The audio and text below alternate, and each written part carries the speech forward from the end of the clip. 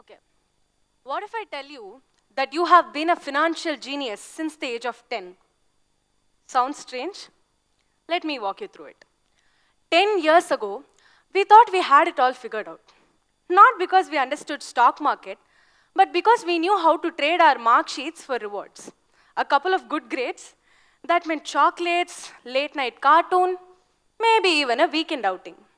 5 years later, we proudly saved 500 rupees and spent it all the very next day on something completely forgettable. We called it budgeting, our moms called it nonsense. Back then, finance was just a big word we used to impress adults. Today, it is a world we want to understand. Finance isn't just about rupees or dollars. It is about control, dignity, freedom, and knowing how the game is played. And the next big shift, it is not about who has the most money, it is about who knows what to do with it. It means power, not the kind you inherit, but the kind you earn with awareness, with intention, and with choices. We hear it all the time. Technology is the future. And yes, that is true. But here's the twist. Finance is what makes that future function. Because tech alone can't change lives. It is when finance meets tech, that's when the magic happens. I was in an auto the other day heading to my college. And as we reached the gate, I pulled out a 100 rupee note. And the driver, he politely pointed to a neatly laminated QR code and said, "Please GPay it to me, ma, it is easier to invest that way." Wait, what? I paused. Not because I couldn't scan the QR code, but because of what I had just heard. This wasn't a banker in a suit. This was an everyday man with everyday wisdom. No fancy degree, no fintech job, but he understood money. And more importantly, how to make it grow. That's financial literacy. A few months ago, MOP Vaishnav made headlines for creating a record number of financially literate students. Different people, different paths, same message. Finance isn't exclusive anymore. It is inclusive, it is common, and it is everywhere. Once upon a time, money meant crisp notes from RBI, rectangular proof. But today, money is digital. It flows through apps, QR codes, and UPI transfers at tea stalls. And this money, it doesn't sit idle, it works, it grows, and it invests in dreams. Now let's talk about those dreams. You have seen those giant LED screens in those financial summits, right? The ones flashing words like MSME empowerment, startup culture. Here's the truth, MSMEs and startups aren't just buzzwords anymore. They are people doing real things in real places like Salem, Thoothukudi, Madurai. They're not just building businesses, they're building lives. Take women entrepreneurs in Tamil Nadu. They are not waiting around for opportunities, they are creating them. Mrs. Hema Malini is the proprietor of their family company, the one officially in charge. Now you may wonder, why not Mr. Narayan, her husband? He has the experience, the business network, maybe even the louder voice in every room. But here's the twist. He chose her. Not out of formality, not just as a gesture of partnership, but out of vision. Because in India, women-led businesses don't just challenge norms, they unlock opportunities. Easier access to credit, dedicated government schemes, grants tailored to support women entrepreneurs. Now, when the system starts shifting in your favor, you do not resist it, you rise with it. So Mr. Narayan's son understood something many still miss. He placed the power right where it truly belonged, with Mrs. Hema Malini. And her, she didn't just take the title, she took charge. Across Tamil Nadu, women are running bakeries, beauty brands, saree businesses, and even software services. Powered by government schemes, incubation centers, and in some cases, just good old WhatsApp marketing. In rural India, please don't underestimate it. From banana chips in Nagarkoil to palm jaggery in Ariyalur, Rural entrepreneurs are turning tradition into enterprise. With the help of seed funding, mentorship, and tax benefit, they're not just earning, they're owning it. And that's what financial independence looks like. While paying your own Netflix bill might seem like a milestone, true financial independence means not needing permission to dream, to act, and to build. Once upon a time, India exported cotton. Today, we export confidence. Let's talk about something you might not expect in a TEDx speech: currency.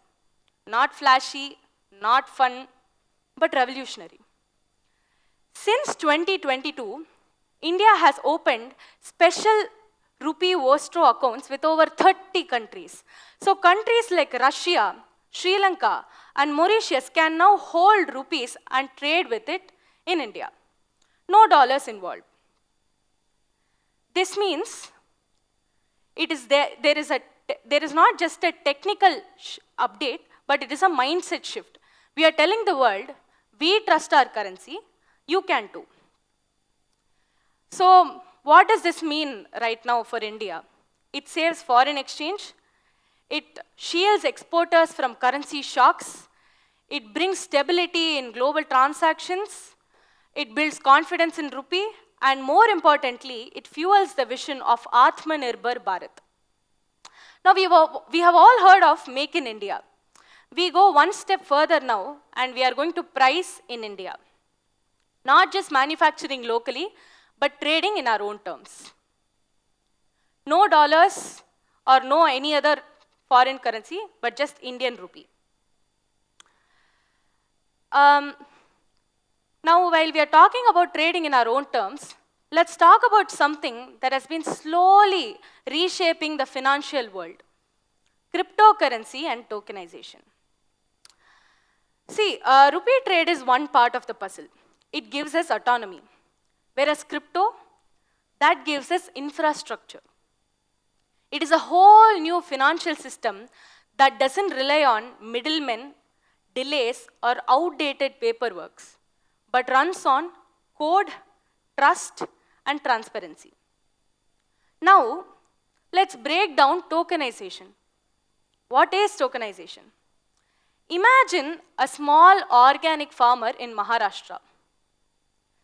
He needs funds before the harvest season, but he does not want high interest loans. So what is he supposed to do? Through tokenization, he can get digital tokens backed by his future produce. Investors, maybe in Mumbai, maybe in Singapore, can now buy these tokens.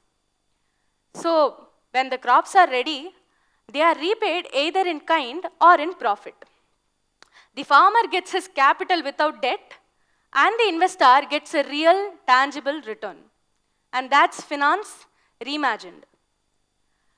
Tokenization literally means breaking down large assets into tiny, tradable pieces.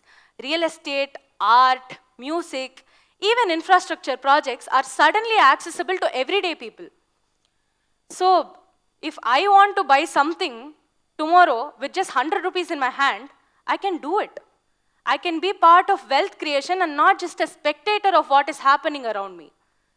So someone from Chennai can go own a property in London with just 100 rupees in their hand, and that is tokenization explained for you. Everyday people owning wealth. The powerful part is, it is not changing what we own, but it is changing who gets to own it. The RBI's Digital Rupee Pilot Program is a perfect example. It is a central bank-backed programmable currency that is having the potential to reshape payments. So, from UPI scans in autos to trading in our own terms, from banana chips in Nagarkoil to women-led brands in Pollachi, from tokenization to local tax regime, finance isn't just some elite table we are waiting to get invited to. It is a place we are building ourselves. Every UPI scan, every self-funded startup, every college student, every school student checks their bank balance before ordering a meal. We hear it sometimes, India is the world's fastest growing economy. Sounds great. But what does it really mean? It means change. Not in RBI, not in budget speeches, but in homes, hostels, street markets, and small town offices. It means growth isn't top down anymore. It is grassroots, it is local, and it is deeply human.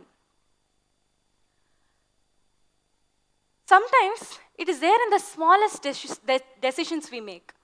A farmer insuring his crops, a teenager starting a thrift store on Instagram, a woman from a tier 3 town filing her taxes under the new tax regime, not because the policy is perfect, but because it is so easy for her to understand that she can do it on her own. I'll be very honest with you. Finance will never be perfect.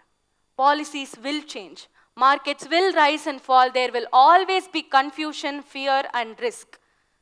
But the biggest shift, we are starting to care. We are asking questions. We are Googling what is capital gains tax at 2 a.m. We are learning, unlearning, and relearning, and that's the next big transformation. Not just in numbers, but people shifting their mindset towards confidence, clarity, and control. So if next time someone says, finance isn't for everyone, tell them they're too late. Because finance is already everywhere. It is breaking barriers, crossing boundaries, and it is showing up in the most unexpected places. Finance is not the next big thing. And whatever is happening right now with all of us, we are curious, and this is the new phase of finance.